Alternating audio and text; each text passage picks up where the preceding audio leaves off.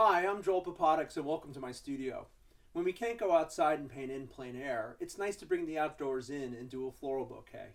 In this video, we're going to paint sunflowers and lemons in a yellow pitcher.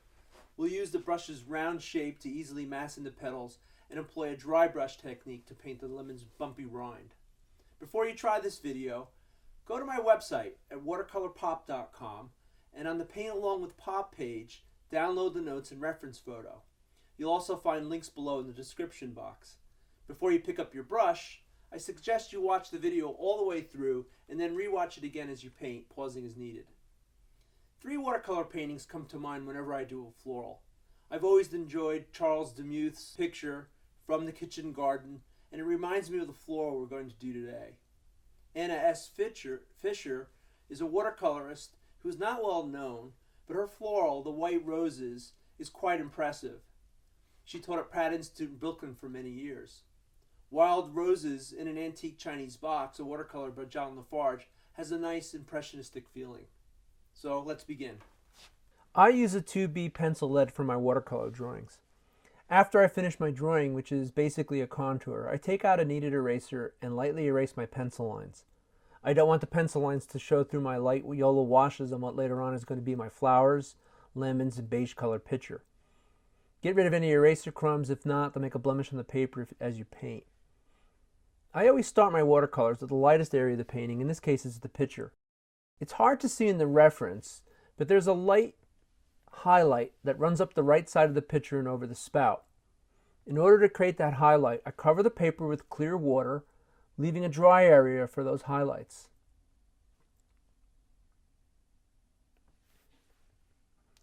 Before I add any color, I make sure the entire sheet of paper is soaking wet.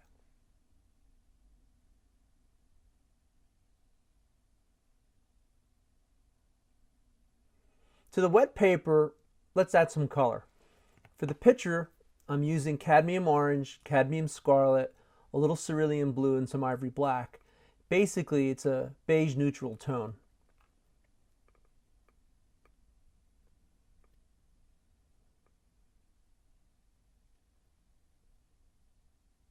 I load up the brush and simply drop in the color.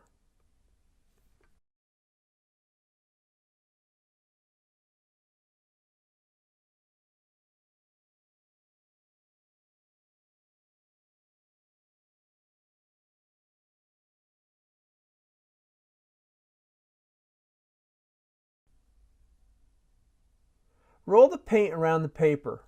To even out the wash,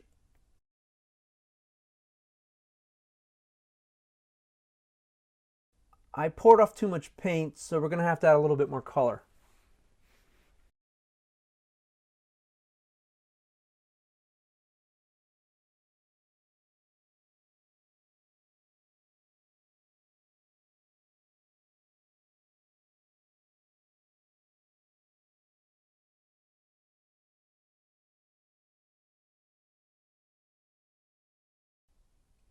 You can clean up the edges of the highlight. You don't want them too thick. I'm going to pour off any excess paint.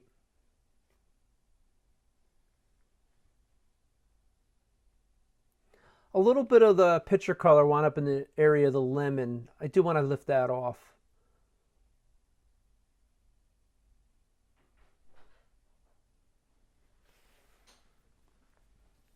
Completely dry the paper using a hairdryer. Now it's time to mass in the flowers. We want to mix a rich color with subtle variation. I'm going to use mostly cadmium lemon yellow to cadmium orange for some of the sunflowers. Did you ever notice how the hair in a rounded brush resembles a sunflower petal? Let's take advantage of that similarity. Twirl a number 6 or a number 8 round brush between your index finger and your thumb to form a point.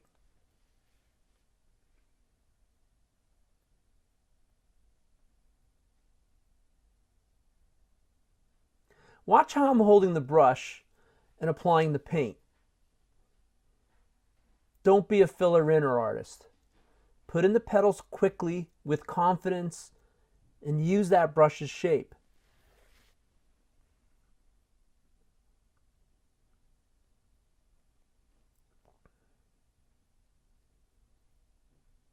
The direction in which we apply the paint matters.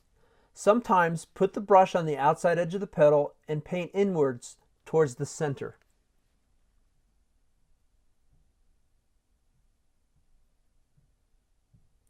Other times, you're going to start from the middle of the flower and work outwards, lifting the brush up as you go. It's a great way to create a natural looking shape.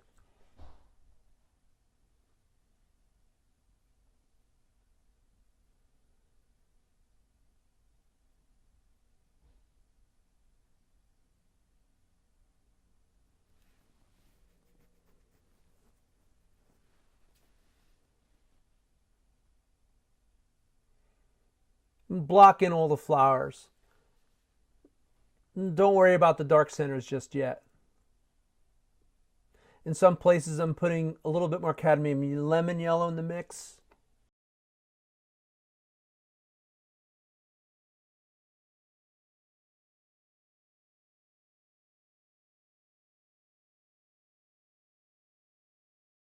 And in other areas I'm adding more cadmium orange.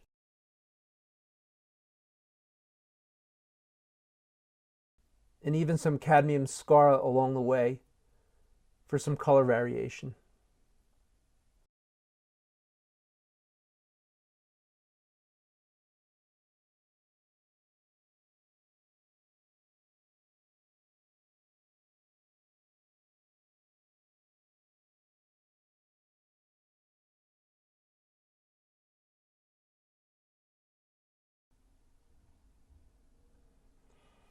For the green leaves, I'm going to use a 50-50 mix of cadmium lemon yellow and French ultramarine blue. And I'm going to let the yellow sunflower color mingle with the green leaf colors. This is what's known as a lost edge. Lost edges prevent our paintings from looking as though they were cut and pasted together. Not only does it look good, but it's fun to watch the watercolor paint wet blend together.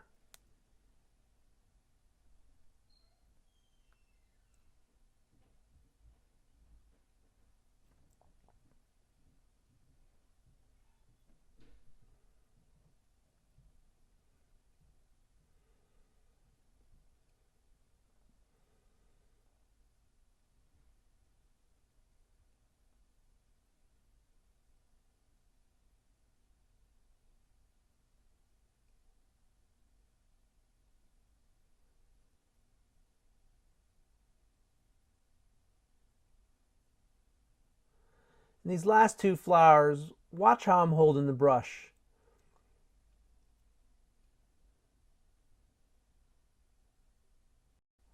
I am either starting in the middle and working way out, lifting as I go.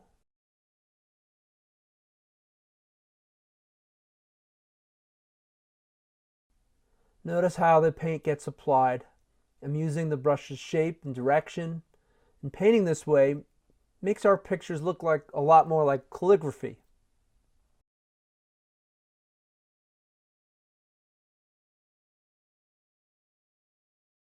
Don't worry about individual leaf shapes. We'll make separations with shadows later on.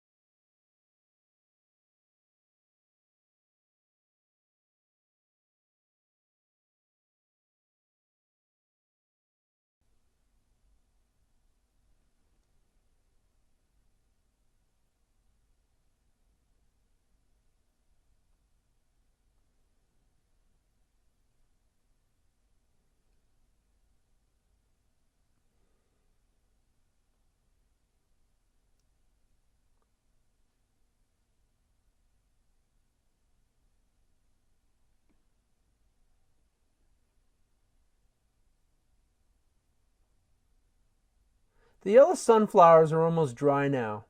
In fact, they're at the damp stage of wetness. So it's time to do the dark centers. I'm going to mix some red with a lot of ivory black, and the consistency of the paint should be like heavy cream. Hardly any water, mostly paint. Notice that I just dabbed the brush into a paper towel before I went to the paper. With this technique, and you can start to see some of the black spread out a little bit, but not go too far because the paper's damp. The black centers have a lost edge with little bits of texture that resemble the tiny seeds which are found in the center of a sunflower.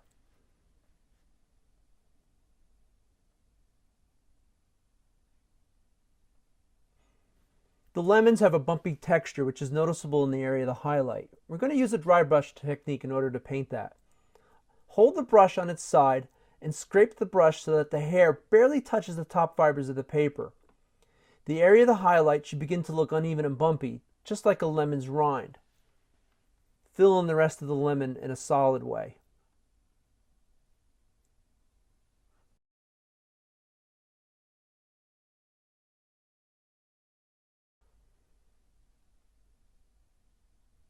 I'm dropping a little extra red into the area of the lemon. I mixed way more paint than I think I'm going to use. I want a neutral color, so I'm mixing some ivory black, cerulean blue, cad orange, and a little cadmium scarlet. Start the background in one spot and work in a clockwise direction around the floral, making sure that your table's level. Paint carefully around the flowers, avoid overlaps. As long as you keep plenty of liquid on the paper, it won't dry and cause a blotchy background.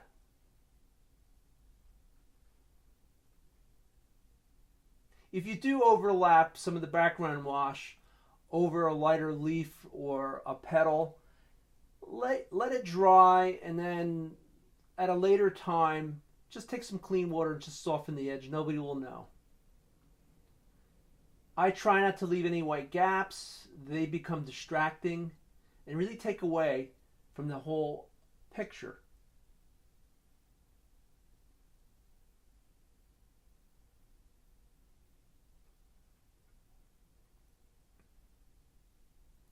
I constantly reload, and you'll notice that I have plenty of paint left over, which is important right now because I have to paint the space in between the handle on the pitcher and the spaces in between the leaves in the back.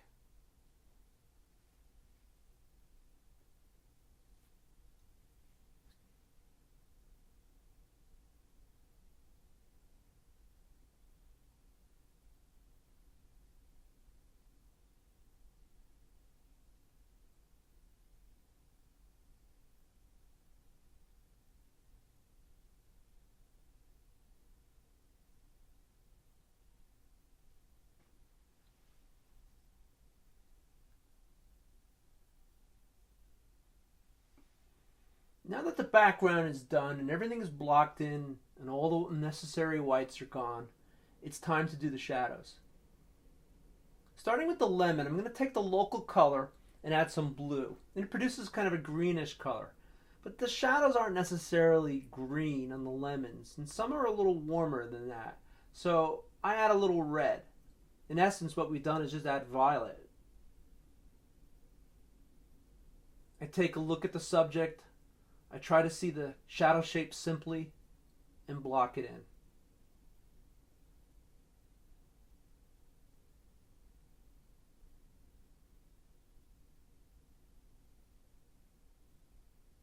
The light source is coming in from the right, so our shadows are going to be predominantly on the left of objects. Now I've loaded up my brush with just clean water, and before that shadow wash has had an opportunity to dry, I soften its edge. I'm also lifting out a little bit of the shadow out of the bottom part of the lemon for the reflected light. The light hits the tablecloth and bounces back up and causes part of the lemon shadow to be a little lighter than the rest. Again, I block in the other lemon. Before that edge has a chance to dry, I'm going to rinse out my brush and put clean water in it and soften the edge. Bring a little bit of the shadow over into the light side.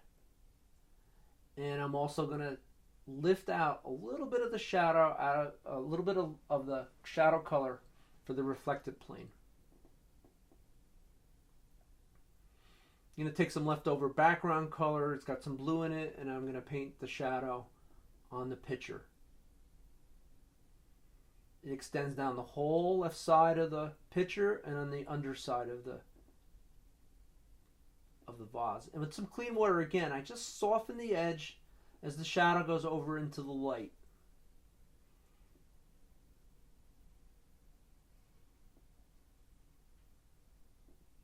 Put a little bit of shadow on the handle and on the spout.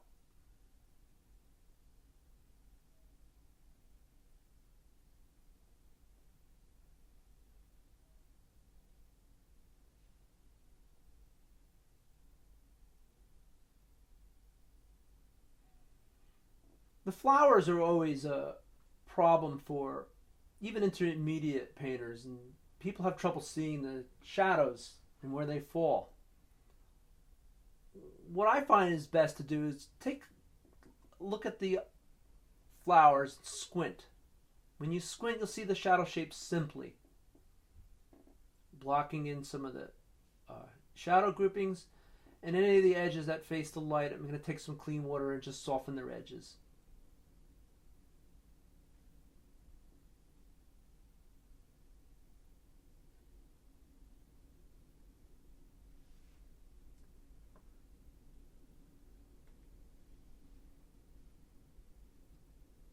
When I squinted, I saw this flower is definitely in more heavy shadow than the rest.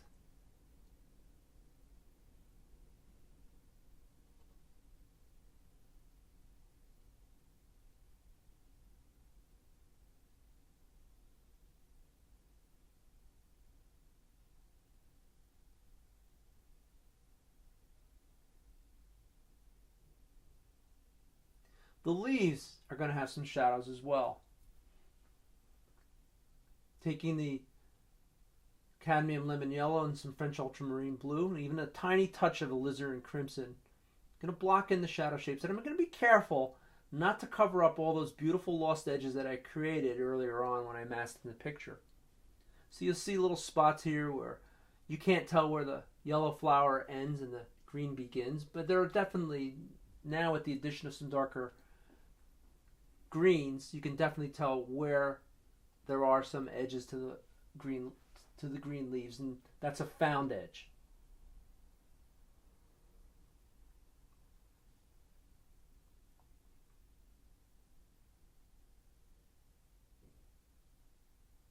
One of the final strokes that we always make in painting is the darkest value. Oh, there's also some cast shadows that fall across the table.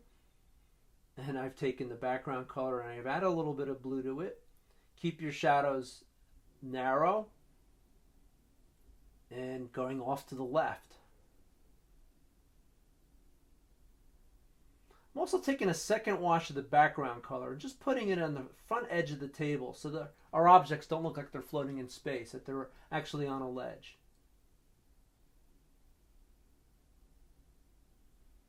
And a soft halftone along the edges of those areas in there helps to set everything back.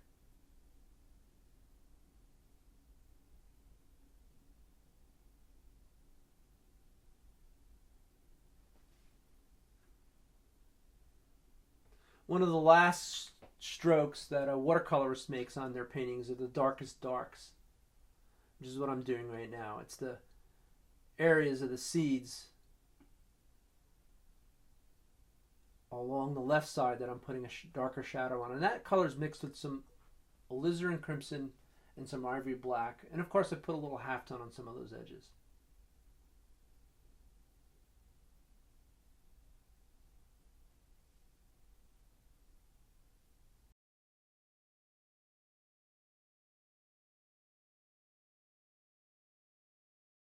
I hope you enjoyed this demo. To find out more about me and my art, visit my website at watercolorpop.com.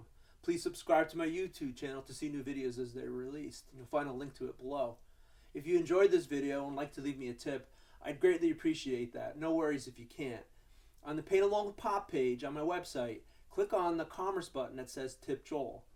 Keep watercoloring and stay well. Till next time, bye-bye.